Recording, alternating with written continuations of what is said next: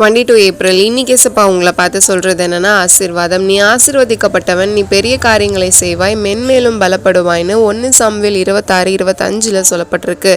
ஏன் நீங்க ஆசீர்வதிக்கப்பட்டவங்க தெரியுமா? ஏன்னா தேவன் உங்க கூட இருக்காரு. மனுஷங்க உங்களை ஏத்துக்கலனாலும், அவங்க மறந்தாலும் வெறுத்தாலும், நீங்க தேவனால நேசிக்கப்பட்டு அழகா நடத்தப்படுறீங்க.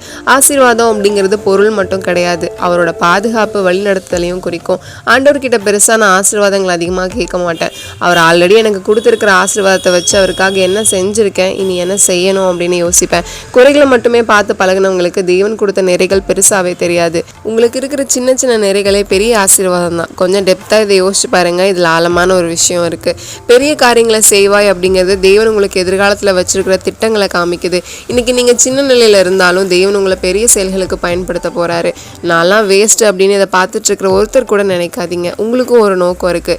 சூழ்நிலைகளால் நீங்கள் இன்னும் பலப்பட்டுட்டு தான் இருக்கீங்க. ரீசெண்டாக அவர் என்ன நடத்திட்டு வந்த பாதியில் 3 விஷயங்களில் பலத்தை கொடுத்தாரு.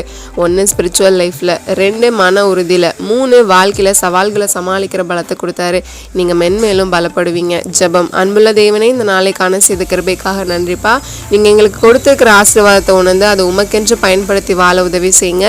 பெரிய காரியங்களை செய்ய எங்களை பயன்படுத்துங்க. இயேசுவின் நாமத்தில் ஜெபிக்கிறோம் நல்ல பிதாவே, ஆமேன். பை தாஜ் ஷேரன். Have a best day.